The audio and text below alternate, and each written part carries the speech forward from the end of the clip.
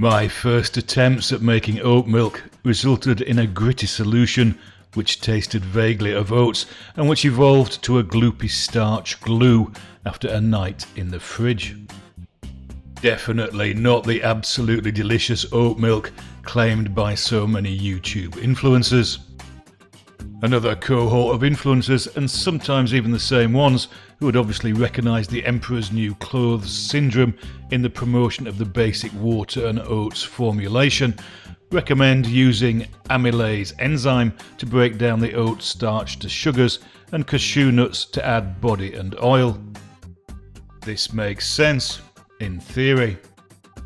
I reckoned I might as well give it a try, again using the budget Salter plant milk maker. Amylase is an enzyme which catalyses the hydrolysis of starch into sugars and is naturally occurring, being used in beer and bread making, amongst other things. I got mine in a crushable tablet form. Cashew nuts have a low water content and are a concentrated source of carbs, fats, protein and minerals. I tried 3 different combinations. I started with 1.5 cups of crushed oats, half a cup of cashew nuts, 2 crushed amylase tablets and around 1300 ml of warm water to accelerate the effects of the enzyme. I used the milk maker function, which blends the contents of the filter cage 3 times in a minute. After leaving the mix for an hour, I ran another cycle.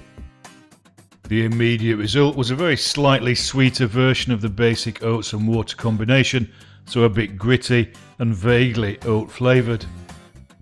After 24 hours the mix had not turned to glue, which was a bonus, but the flavour and texture had not improved. In the second attempt I used 4 of the crushed amylase enzyme tablets, the same amounts of oats and cashews. However, I soaked the cashews overnight before adding everything to the salter and hitting the button. The resulting white liquid after 2 blending sessions 1 hour apart was much the same as before, a bit gritty, a mild oat flavour and slightly sweeter than a basic oat and water mix.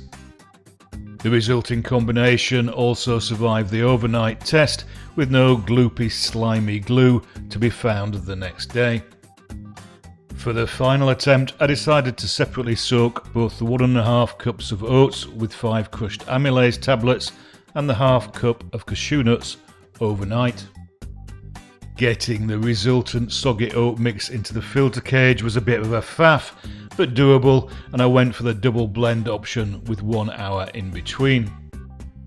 This approach did not increase the thickness or sweetness of the oaty water compared to the other 2 approaches, and it was still a bit gritty in texture.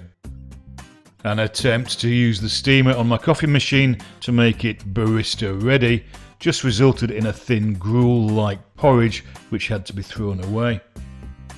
So for me, not a successful foray into the world of DIY oat milk making.